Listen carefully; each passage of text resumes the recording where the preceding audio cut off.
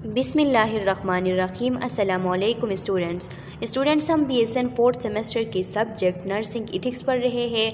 Nursing ethics में हमने topic number 1 और टॉपिक नंबर 2 कंप्लीट कर लिए, जो कि हमारे चैनल के प्लेलिस्ट में मौजूद है। और चैनल के प्लेलिस्ट का लिंक आप लोगों को इस वीडियो लेक्चर के डिस्क्रिप्शन के एंड में मिल जाएगी, वहाँ से आप स्टडी कर सकते हैं। आज का हमारा जो वीडियो लेक्चर है वो इसी नर्सिंग इथिक्स के टॉपिक नंबर 3 पे है। टॉपिक नंबर 3 इथिकल प्रिंसिपल आज के इस वीडियो लेक्चर में हम डिस्कस करेंगे। तो स्टूडेंट्स, वीडियो लेक्चर को स्टार्ट करने से पहले आप लोगों से छोटी सी रिक्वेस्ट है कि अगर आप हमारे चैनल लेक्चर्स बाय मुश्तफ़ा अज़हर में नए हैं तो चैनल को सब्सक्राइब करें, बेल आइकन को प्रेस करें ताकि आने वाली न्यू वीडियो लेक्चर्स की नोटिफिकेशन आप लोगों को मिल सके, और इस वीडियो लेक्चर को लाइक ज़रूर करें। ऑब्जेक्टिव्स क्या है इसके हमारे साथ कि इस टॉपिक के एंड के बाद आप लोग किस एबल होंगे कि इथिकल प्रिंसिपल्स को डिफ़ाइन कर पाएंगे। हेल्थ केयर सिस्टम में जितने भी इथिकल प्रिंसिपल्स इन्वॉल्व है उनका आप लोगों को पता होगा। इथिकल डायलेमा आप लोग जान पाएंगे और इथिकल डायलेमा को किस तरीके से रिज़ोल्व किया जाता है, रिज़ोल्व करने के स्ट्रेटजीज़ क्या है, डिसीजन मेकिंग किस तरीके से की जाती है और डिसीजन मेकिंग के स्टेप्स कौन कौन से हैं वो आप लोगों को मालूम होंगी। इथिकल प्रिंसिपल्स होते क्या हैं? लिखा है ethical principles are set of ethical rules. Ethical principles set of ethical rules है that provide framework or tool which may facilitate individual and society to resolve conflict in fair and moral manner. यानी जितने भी society में, एक individual life में या फिर एक सोसाइटी में जितने भी कन्फ्लिक्ट्स आते हैं तो उन कन्फ्लिक्ट्स को रिजोल्व किस तरीके से करना है, मॉरली उसे किस तरीके से एक मॉरल मैनर के थ्रू, एक फेयरनेस के थ्रू, जस्टिस के थ्रू सही तरीके से कैसे उसको रिज़ोल्व किया जाए, तो उसको रिज़ोल्व करने के लिए एक फ्रेमवर्क, एक टूल फराहम करती है यही इथिकल प्रिंसिपल्स। यानी ऐसे सेट ऑफ रूल्स होते हैं जो कि मुख्तलिफ़ किस्म के कॉन्फ्लिक्ट को रिज़ोल्व करते वक्त हमारे काम आते हैं, हमें एक फ्रेमवर्क मुहैया करते हैं। The ethical principles are as follows. अब ये इथिकल प्रिंसिपल्स है कौन कौन से? तो सबसे पहला है ऑटोनॉमी। ऑटोनॉमी क्या होता है? तो लिखा है refers to the right to make one's own decision and choice. यानी ऑटोनॉमी का मतलब ये है कि ख़ुद मुख्तारी हासिल होना, यानी अपने लिए डिसीजन ख़ुद करना, अपने लिए कोई चॉइस ख़ुद करना, इसको हम कहते हैं ऑटोनॉमी। यहाँ पे जो इथिक्स है, नर्सिंग इथिक्स है, तो यहाँ पे जो ऑटोनॉमी है इसका मतलब ये है कि जो पेशेंट्स होते हैं उनको ये राइट हासिल होती है कि वो अपने लिए चॉइस ख़ुद करें, अपने लिए डिसीजन मेकिंग खुद करें। उन पे किसी किस्म का कोई भी दबाव नहीं होना चाहिए। वो अपने लिए किसी ट्रीटमेंट को या रिफ्यूज़ करते हैं या चूज़ करते हैं, वो उनकी ख़ुद की मर्ज़ी पे छोड़ना चाहिए। तो ये फर्स्ट प्रिंसिपल है इथिक्स का। दूसरा है वेरासिटी। वेरासिटी का मतलब है refers to telling the truth, यानी ट्रुथ बोलना, हमेशा के लिए ट्रुथ बोलना, कभी भी कोई गलत बात, कोई झूठ नहीं कहना, इसको कहते हैं वेरासिटी। तो वेरासिटी भी इथिक्स की एक प्रिंसिपल है कि हमने वेरासिटी के थ्रू अपने जो प्रोफेशनल कंडक्ट है वो सर अंजाम देने हैं। कॉन्फिडेंशियलिटी, साथ में हमने कॉन्फिडेंशियलिटी का भी ख्याल रखना होता है क्योंकि कॉन्फिडेंशियलिटी भी तीसरा प्रिंसिपल है। Respect for the person privacy, के पेशेंट के जितने भी प्राइवेट इंफॉर्मेशन, प्राइवेसी जो होती है पेशेंट से रिलेटेड जितने भी उसके इंफॉर्मेशंस होते हैं तो उनको कॉन्फिडेंशियल रखना, उनको राज में रखना, ये जिम्मेदारी होती है नर्सिस की। Beneficence, the principle and obligation of doing good and avoiding harm. अब ये बेनिफिशंस जो है ये फोर्थ प्रिंसिपल है इथिक्स का। बेनिफिशंस का मतलब ये है कि ये ऑब्लिगेशन है, ये मेडिकल प्रोफेशनल्स की ज़िम्मेदारी है, उनकी रिस्पॉन्सिबिलिटी है कि वो अपने पेशेंट के साथ अच्छा सलूक करेंगे, उनकी फलाह व बहबूद के लिए काम करेंगे और उनको हार्म नहीं करेंगे। यानी डूइंग गुड जो है, इसका बेनिफिशंस का मतलब है डूइंग गुड, के टू डू गुड, पेशेंट के साथ हमने क्या करना है, गुड करना है, उसके साथ कोई भी उसको हार्म पहुंचाने वाली काम नहीं करनी है। नॉन मल्फिशियंस का मतलब है the duty to do no harm, कि ये इथिक्स का एक और उसूल है, एक और प्रिंसिपल है कि हार्म नहीं पहुंचाना है। किसको नहीं पहुंचाना है? पेशेंट को हार्म नहीं पहुंचाना है। जस्टिस है इसके बाद justice means the principal that deal with fairness, equity and equality. यानी जस्टिस का मतलब ये है कि इसमें फेयरनेस करना है हमने, फेयरनेस मीन्स मुंसिफाना हमने काम करना है, इंसाफ के साथ काम करना है, इक्विटी और इक्वलिटी को मेंटेन रखना है।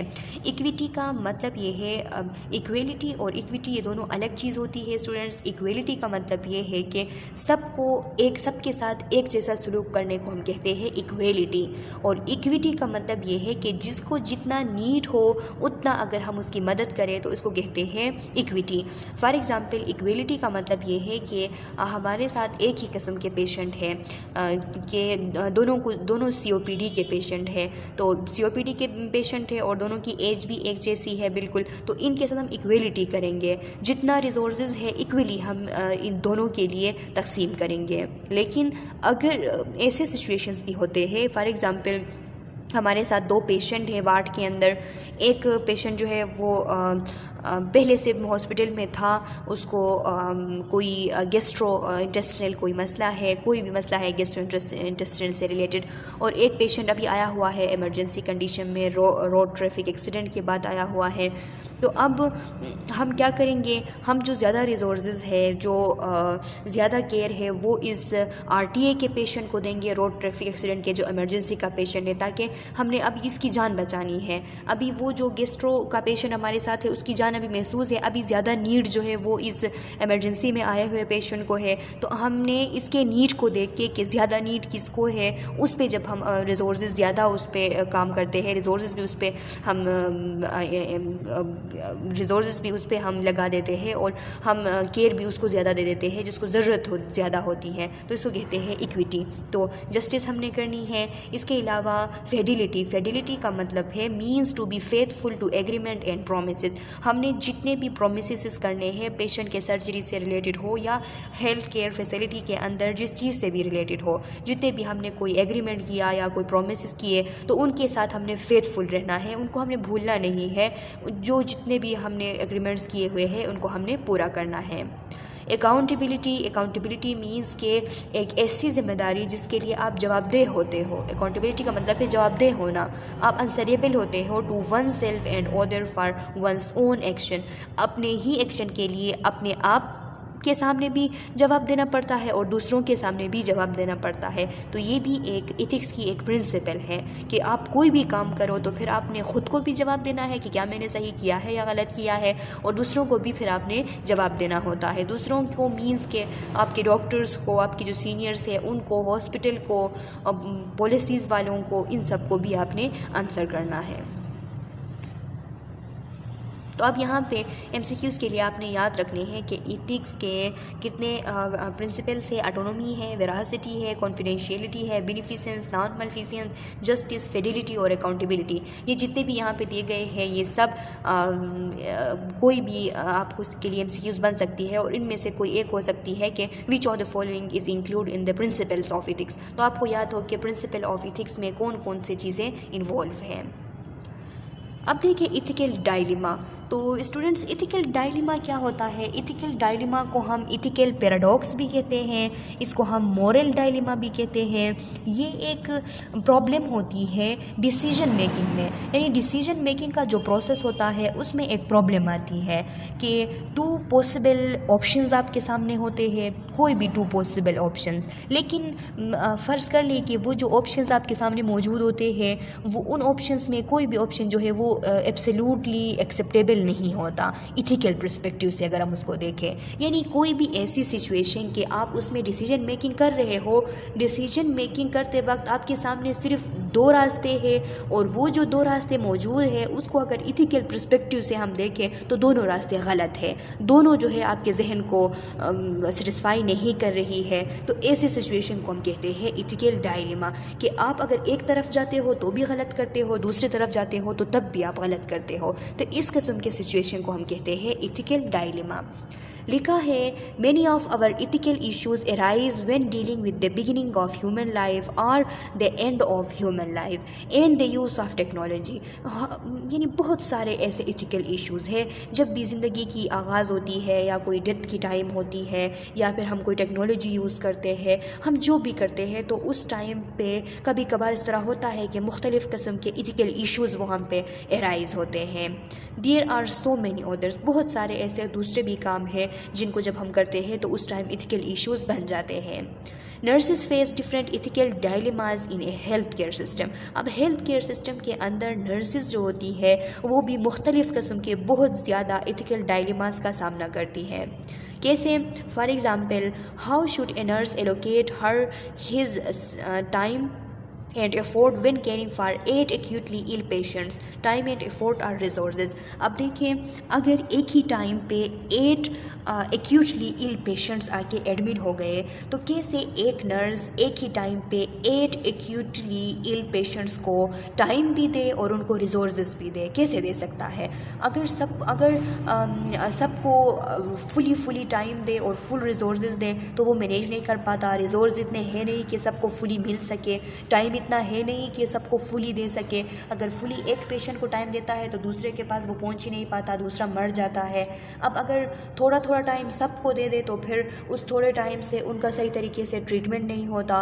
तो फिर ये दोनों साइड में अब एक नर्स क्या कर सकती है? अब वो ये एक ऐसी सिचुएशन है कि इसमें वो एक साइड पे जाती है तब भी वो सही नहीं होता, दूसरे साइड पे जाती है तो भी सही नहीं होता। तो इस किस्म के सिचुएशन को हम कहते हैं इथिकल डायलेमा। इसके अलावा what should A health professional do when he she sees A colleague engaging in an unethical act. अब देखिए, ये भी एक इथिकल डायलेमा है कि अगर एक हेल्थ केयर प्रोफेशनल ने, चाहे वो नर्स है या जो भी है, उसने अपने कोलीग को देख लिया कि उसका जो कोलीग है वो अनइथिकल एक्ट कर रहा है। कोई भी हॉस्पिटल के अंदर अनइथिकल एक्ट में बहुत सारे एक्ट आ सकते हैं, तो वो कोई भी एक अनइथिकल काम कर रहा है। फॉर एग्ज़ाम्पल, पेशेंट को हार्म पहुंचा रहा है, तो एक दूसरे प्रोफेशनल ने देख लिया, दूसरे स्टाफ ने देख लिया, तो अब वो क्या करेगा? अब वो उसका बताएगा तो फिर वो उसका कोलीग है, वो बता कैसे सकता है? अगर बता देगा तो फिर उसकी जॉब जा भी सकती है, जो कि वो नहीं चाहता कि उसकी वजह से किसी की जॉब जाए। अगर वो नहीं बताता तो फिर पेशेंट को नुकसान हो रहा है, हॉस्पिटल को नुकसान हो रहा है, अनइथिकल एक्ट हो रही है। तो ये क्या हुआ? ये एक इथिकल डायलेमा हुआ कि अब क्या करे। अगर इथिकल पर्सपेक्टिव से सोच रहा है तो क्या करना चाहिए उस पेशेंट को? जाहिर सी बात है कि यहाँ पे अब हमें ये इथिकल डायलेमा अराइज हुआ है, तो फिर आगे जाके हम पढ़ेंगे कि इनको फिर रिजोल्व करने की स्ट्रेटजीज़ वगैरह क्या है। तो हमें इथिक्स सिखाता है कि आपने क्या करना है, एज ए नर्स पेशेंट के बहबूद को देखना है। तो आप लोग सोच रहे होंगे ना कि अभी यहाँ पे ये सिचुएशन है तो हम क्या करें? तो आप पेशेंट के बहबूद के लिए सोचेंगे, पेशेंट के फ़ायदे के लिए सोचेंगे। यहाँ पे उस कोलीग की वजह से अगर पेशेंट को नुकसान मिल रही है तो आप ज़रूर बताएंगे उस कोलीग का कि ये कोलीग इस किस्म के अनइथिकल एक्ट में इन्वॉल्व है, क्योंकि उससे पेशेंट को फिर नुकसान पहुंच सकता है। तो इस किस्म के सिचुएशंस को हम कहते हैं ethical dilemma.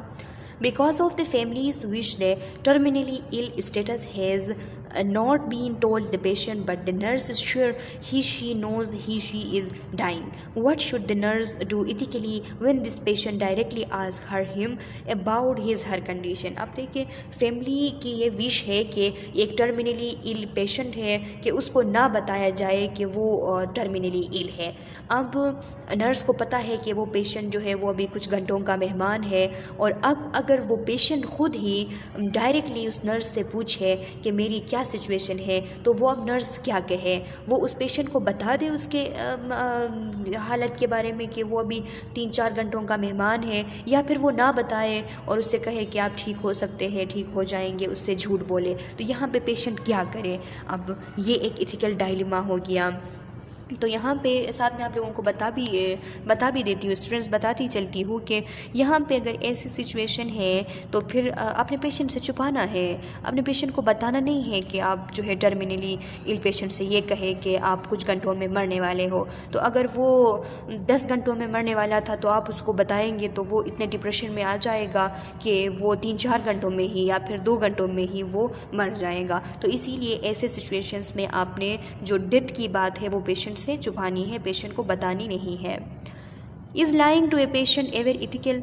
What constraint a lie is a placebo is a lie. अब देखिए पेशेंट, हमने थोड़ी देर पहले पढ़ा इथिकल प्रिंसिपल्स में कि हमने वेरासिटी करना है ना, झूठ हमने नहीं बोलना, हमने हमेशा सच बोलना है। तो बस टाइम हम पेशेंट से झूठ बोलते हैं, हम पेशेंट को प्लेसिबो दे देते हैं। प्लेसिबो मीन्स कि कोई भी ऐसी इनएक्टिव सब्सटेंस जो कि पेशेंट को सेटिस्फाई करने के लिए उसे दिया जाए। तो क्या ये प्लेसिबो झूठ नहीं है? अगर प्लेसिबो झूठ है तो पेशेंट से झूठ बोलना क्या इथिकल है? यानी इस किस्म के सिचुएशन जो होते हैं इनको इथिकल डायलेमा कहते हैं। अब यहाँ पे प्लेसिबो जो है वो, हाँ ज़ाहिरी सी बात है प्लेसिबो झूठ है। यहाँ पे भी हम जो झूठ बोल रहे हैं प्लेसिबो के थ्रू, तो हम पेशेंट को सेटिस्फाई करने के लिए बोल रहे हैं। सेटिस्फाई करने के लिए बोल रहे हैं, इसका मतलब ये है कि हम पेशेंट के फ़ायदे के लिए बोल रहे हैं। तो पेशेंट के फ़ायदे के लिए कभी कभार हम झूठ भी बोल सकते हैं।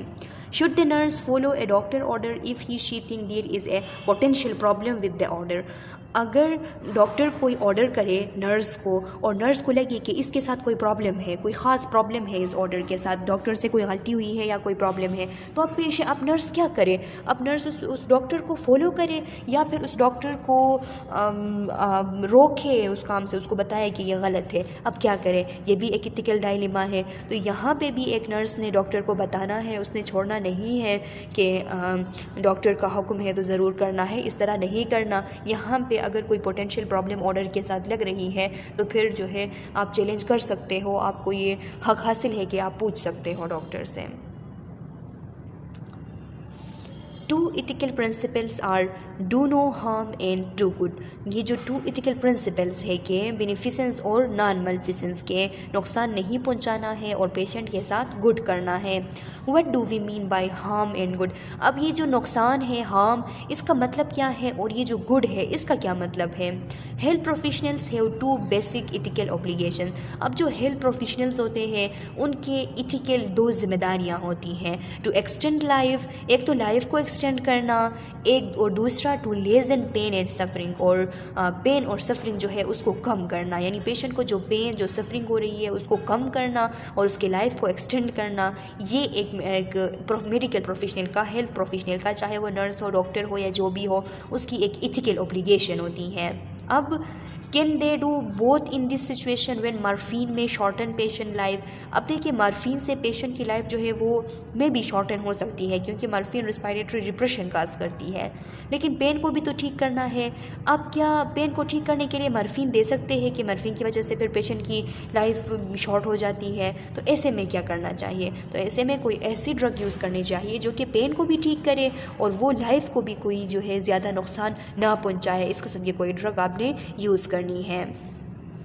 क्रिटिकल थिंकिंग आपने ऐसे सिचुएशंस में करनी है। Should more money be spend on prevention than on acute care and specially on terminal care? How ethically justify spending money on futile medical care? अब देख ली कि ये मनी स्पेंड करना जो है प्रिवेंशन पे मनी ज़्यादा स्पेंड करनी चाहिए या फिर एक्यूट डिजीज़ को ट्रीट करने के लिए ज़्यादा स्पेंड करनी चाहिए या फिर टर्मिनली जो इल पेशेंट्स होते हैं उनके केयर पे ज़्यादा मनी स्पेंड करनी चाहिए? तो जाहिर सी बात है कि प्रिवेंशन पे ज़्यादा मनी स्पेंड करनी चाहिए। और जो टर्मिनली इल होते हैं तो इथिक्स कहता है, इथिक्स के मुताबिक जो टर्मिनली इल लोग होते हैं इस केयर को, जो टर्मिनली इल लोग होते हैं उनके केयर को फ्यूटाइल मेडिकल केयर कहा जाता है। तो इथिकली फ्यूटाइल मेडिकल केयर पे बहुत ज़्यादा मनी स्पेंड करना अच्छी बात नहीं होती है क्योंकि वो बंदा ख़ुद ही जो है वो बिल्कुल मरने वाला है, तो उस पर इतना ज़्यादा अपने रिसोर्सेज जो है वो ज़ाया नहीं करने हैं। उसके बजाय अगर कोई ऐसा पेशेंट है जिसकी जान बच सकती है तो आपने रिसोर्सेज उस पर अप्लाई करने हैं और उसके जान को बचाना है, बनस्बत इसके कि आप किसी एक ऐसे पेशेंट पे रिसोर्सेज आप ज़ाया करते जा रहे हो जो कि जिसका बचना बिल्कुल जो है वो नामुमकिन है। अब देखिए एक सिनेरियो दिया गया है। A patient 30 year old is hospitalized with AIDS. एक पेशेंट है 30 ईयर ओल्ड है और वो हॉस्पिटलाइज्ड है, हॉस्पिटल में एडमिट है, उसको एड्स है। Next day his parent come to see him, और अगले दिन उसके माँ बाप उसको देखने चले आते हैं। The patient request his nurse if his parent ask him his diagnosis please tell another one like leukemia ETC instead of AIDS. What the nurse should do here? Veracity और कॉन्फिडेंशियलिटी? अब देखिए देखें एक पेशेंट है 30 year old patient जिसको AIDS है, hospital में admit है। नेक्स्ट डे में उसके पेरेंट उससे मिलने आ रहे हैं और वो नर्स से रिक्वेस्ट कर रहा है कि अगर उसके पेरेंट उसके डायग्नोसिस के बारे में पूछें तो नर्स से कह रहा है कि आप ल्यूकीमिया बता दो या कोई और डिजीज़ बता दो, एड्स ना बताओ। अब नर्स क्या करेगी? अब नर्स इस पेशेंट की बात सुनेगी और कॉन्फिडेंशियलिटी इख्तियार करेगी या फिर सच बोलेगी, विरासती करेगी। तो ये एक इथिकल डायलेमा है कि अब यहाँ पे अगर नर्स कॉन्फिडेंशियलिटी करती है, पेशेंट के जो डायग्नोसिस है उसको प्राइवेसी में रखती है, तो जाहिर सी बात है एड्स एक सेक्सुअली ट्रांसमिटेड डिजीज़ है। ये सलाइवा के थ्रू भी ट्रांसमिट होती है, ये ब्लड के थ्रू भी ट्रांसमिट होती है। तो अब अगर इसका कोई स्पाउस है तो फिर उसको बताना तो लाजमी है, उससे नहीं छुपा सकते क्योंकि फिर ये ट्रांसमिट होती है। और उससे इसके पेरेंट्स जो है इससे छुपा भी नहीं सकती क्योंकि अगर इससे छुपाएगी तो फिर भी कभी इसके हाथ में ज़ख़म लगे और उसकी माँ उसको बांधते हुए माँ के हाथ में भी ज़ख़म हो, उसको लग जाए, या फिर इसके साथ कोई खाना खाए, इसके पी हुई कोई ग्लास के अंदर कोई पानी सलाइवा वहाँ पे अटैच हो, तो इस तरह ये फैल सकती है। तो ये भी नहीं कर सकती। अब ये अगर विरासती करे, सच बोले, तो ये पेशेंट नहीं चाहता कि ये बात जो है पेरेंट्स को पता हो क्योंकि ये एक अनइथिकल डिजीज़ होती है, तो इसी वजह से इसको बताना भी पेशेंट को गवारा नहीं है। तो इस किस्म के कंडीशन को कहते हैं इथिकल डायलेमा। तो यहाँ पे नर्स ने अब पेशेंट की बात नहीं माननी, यहाँ पे नर्स ने विरासती यूज़ करनी है और पेरेंट्स को सही तरीके से बता देना है कि ये मसला पेशेंट को है, क्योंकि फिर जाके वो जो पेरेंट्स है या उसके स्पाउस वगैरह है, घर वाले हैं, वो एहतियात करेंगे और वो इससे इस एड्स से प्रिवेंट हो सकते हैं, वो इस बीमारी से बच सकते हैं। अच्छा स्टूडेंट्स, अब देख लें strategies to resolve ethical dilemma. Ethical dilemma को रिज़ोल्व करने के लिए कौन कौन से स्ट्रेटजीज़ किए जा सकते हैं। फर्स्ट वन है identify ethical issue and problem. सबसे पहले इथिकल डायलेमा को रिज़ोल्व करने के लिए यहाँ पे हमें जितने भी सिनेरियो पढ़े, इस सिनेरियो का मकसद ये है कि आप लोग इथिकल डायलेमा को समझे कि इथिकल डायलेमा क्या होती है। तो हमने जितने भी सिनेरियोज़ डिस्कस किए, तो ये जो सारे सिनेरियोज़ की सिचुएशन है, ये सारे इथिकल डायलेमास है। अब इस किस्म के इथिकल डायलेमास को रिज़ोल्व करने के जो स्ट्रेटजीज़ हैं वो हम डिस्कस कर रहे हैं कि सबसे पहले हम क्या करेंगे, जो इथिकल इशू है उसको आइडेंटिफाई करेंगे, उस प्रॉब्लम को आइडेंटिफाई करेंगे। आइडेंटिफाई करने के बाद look at the dilemma from different perspectives, मुख्तलिफ़ किस्म के आस्पेक्ट से, मुख्तलिफ़ किस्म के पर्सपेक्टिव से हम उस डायलेमा की तरफ देखेंगे, उस डायलेमा के लिए हम सोचेंगे, डिफरेंट पर्सपेक्टिव से सोचेंगे। What are the consequences of each choice, हम देखेंगे कि अगर हम जो भी चॉइस लेते हैं तो उस चॉइस का नतीजा क्या निकलेगा। Who is affected and what way, उस नतीजे से कौन इफेक्ट होगा, किस तरीके से इफेक्ट होगा। Examine the choices against well accepted moral लाज, और फिर हम देखेंगे कि वेल एक्सेप्टेड मॉरल लाज जो है वो क्या कहती है इस चॉइस के बारे में। यानी ये चॉइस उस कोई भी वेल एक्सेप्टेड मॉरल ला हम इथिक्स से लेंगे, साइकोलॉजी से लेंगे, किसी भी रिसोर्सेज से हम लेंगे, कोई भी वेल एक्सेप्टेड मॉरल ला लेंगे और उस ला के अगेंस्ट देखेंगे कि वो चॉइस कैसी है। Look at the choices, usually golden rule, how would I like to be treated under similar circumstances. ये जो गोल्डन रूल है, गोल्डन रूल के अगर मेरे ऊपर ये हालत आई हुई होती तो मैं क्या करता, कैसे ट्रीट होना पसंद करता। यानी ख़ुद को उसमें जो लोग सफ़र हो रहे हैं, ख़ुद को उनकी जगह पे लेके अगर आप सोचेंगे तो जिस तरह आप अपने लिए फ़ैसला करेंगे तो अपने लिए कोई गलत फ़ैसला नहीं कर सकता, तो इसी तरह आप दूसरों के लिए भी फ़ैसला करेंगे तो वो फ़ैसला उनके लिए सही होगा, बेहतर साबित होगा। तीसरी स्ट्रेटजी है कि identify and analyse available alternatives. आप आइडेंटिफाई करेंगे कि इसके लिए अवेलेबल अल्टरनेटिव्स कौन कौन से हैं और फिर हर एक अल्टरनेटिव को आप एनालाइज करेंगे, उसका तज्ज़िया निकालेंगे।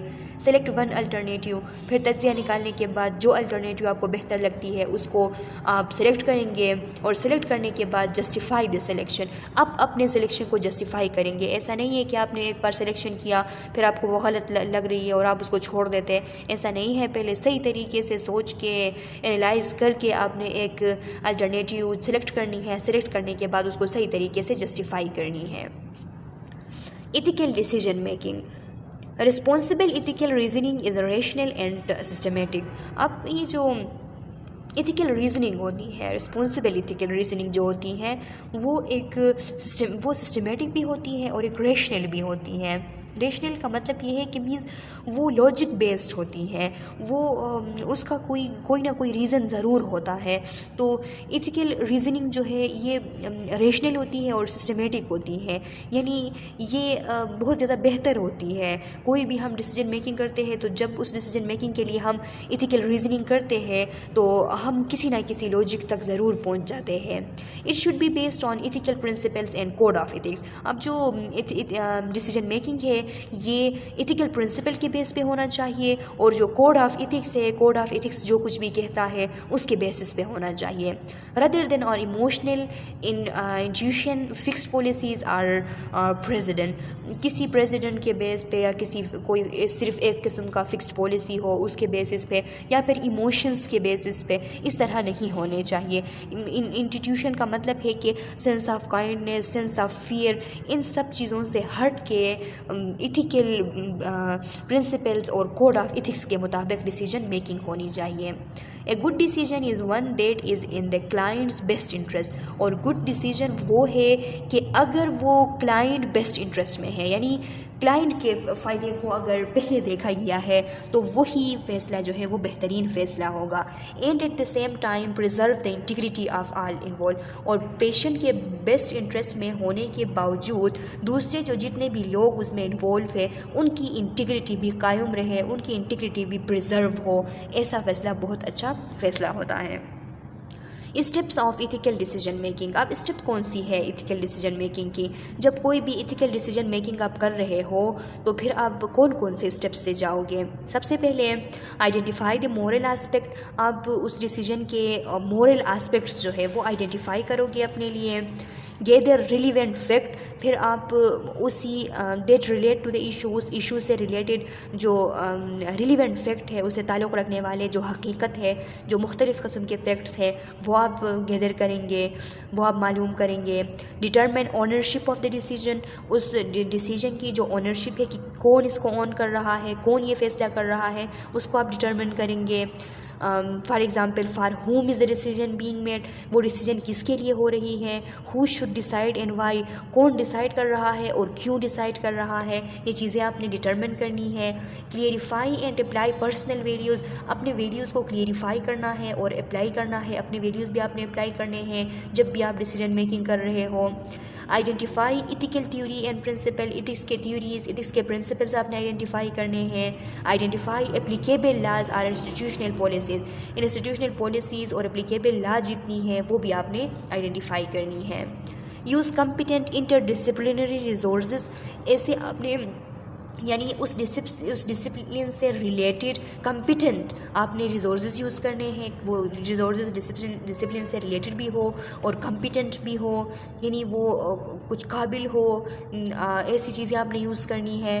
Develop alternative action and project their outcome on the client and family, आपने मुख्तलिफ़ किस्म के अल्टरनेटिव एक्शन सोचने हैं और फिर उन एक्शंस के जो आउटकम्स हैं, जो रिज़ल्ट है, क्लाइंट्स पे कैसे होंगे, उसके फैमिली पे कैसे असरअंदाज होंगे, ये आपने देखना है, याद रखनी है। For each alternative action identify the risk and seriousness of the consequences for the nurse, आपने हर एक अल्टरनेटिव एक्शन के लिए उस एक्शन की जो सीरियसनेस है, उसके जो रिस्क है और उसके जो कंसिक्वेंसेस हैं, नताइज हैं नर्स के लिए, वो आपने ज़रूर चेक करने हैं। Apply nursing code of ethics to help guide action, उस एक्शन में आपको गाइडेंस देने के लिए नर्सिंग कोड ऑफ एथिक्स मौजूद है तो वो अप्लाई करें। Participate actively in resolving the issue, उस इशू को रिजोल्व करने के लिए सही तरीके से आप पार्टिसिपेट करें, फुली पार्टिसिपेट करें। इम्प्लीमेंट द एक्शन, फिर उस एक्शन को इम्प्लीमेंट करें, यानी एक्शन स्टार्ट करें और फिर इवैल्यूएट द एक्शन टेकन, और जो एक्शन आपने टेकन किया है फिर उसको आपने इवैल्यूएट भी करना है। एक और सिनेरियो यहाँ पे दी गई है, Mr. Rina, a 40-year-old woman, is brought to the hospital with multiple fractures and lacerations. अब देखिए एक पेशेंट है मिस्टर रीनाज, वो जो कि 40-year-old वुमन है, उसको हॉस्पिटल लाया गया जो कि मल्टीपल फ्रैक्चर उसको आई हुई है, मुख्तलिफ़ किस्म के ज़ख़म लगे हुए हैं और किस वजह से, RTA की वजह से, रोड ट्रैफिक एक्सीडेंट की वजह से।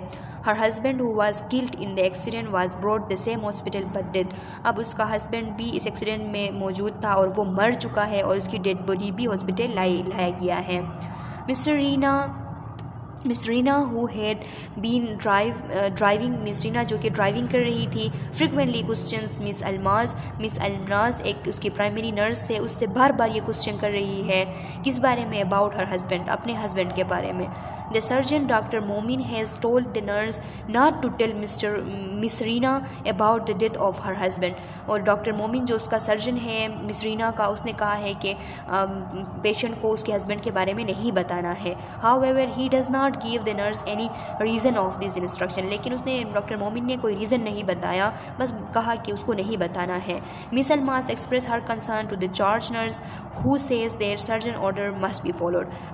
मिस अल्मास ने अपने जो चार्ज नर्स है उसको इस बारे में बताया कि वो मुझसे पेशेंट पूछ रही है, डॉक्टर ने मना किया है। तो जो चार्ज नर्स है उसने उससे कहा, मिस अल्मास से कहा कि डॉक्टर के जो हुक्म है, डॉक्टर ने जो कहा है उसको फॉलो करो, पेशेंट को मत बताओ। Miss Almas is not comfortable with this and wondered what she should do. अब मिस अल्मास जो है वो इस बात से मुत्तफिक नहीं है और सोच रही है कि उसने क्या करना है। तो ये एक एथिकल डायलेमा हुआ है। अब देख लें, अब इसका आंसर आप लोग मुझे बताएं। मैंने आप लोगों को मुख्तलिफ़ किस्म के यहाँ पे स्ट्रेटजीज़ बताए, स्टेप्स बताए कोई भी डिसीजन मेकिंग के, एथिकल डायलेमा को रिजोल्व करने के। तो अगर आप लोग ये समझ गए हो, ये जितना भी हमने इस वीडियो लेक्चर में डिस्कस किया, ये अगर आप समझ गए हो तो आप इसका आंसर मुझे बता सकते हो। कमेंट सेक्शन में इसका मुझे बताएं कि मिस अल्मास ने आपके ख्याल से क्या करना है, पेशेंट को बताना है उसके हस्बैंड के बारे में या फिर डॉक्टर के ऑर्डर को फॉलो करना है और पेशेंट को नहीं बताना है। देखिए यहाँ पे भी लिखा है कि मेक यूर ग्रुप्स इनटू 1 2 3। ये तो क्लास एक्टिविटी है, खैर है, इसको छोड़े आप देख लें। What the nurse miss Almas should do, miss Almas ने क्या करना है। Should she tell patient the truth और लाई, पेशेंट से आप झूठ बोले या सच बोलें। If truth why, if lie why, give reason. अब आपने ये मुझे आंसर करना है कमेंट सेक्शन में। अच्छा स्टूडेंट्स, ये ख़त्म हो गया। मैं उम्मीद करती हूँ कि आप लोगों को समझ आ गई है। फिर भी अगर कोई प्रॉब्लम है, किसी एरिया में समझ नहीं आई है, तो कमेंट सेक्शन में अपना क्वेश्चन डाल लें। मैं नेक्स्ट वीडियो लेक्चर में आप लोगों के क्वेश्चन का आंसर करूँगी। तब तक के लिए अल्लाह हाफिज़।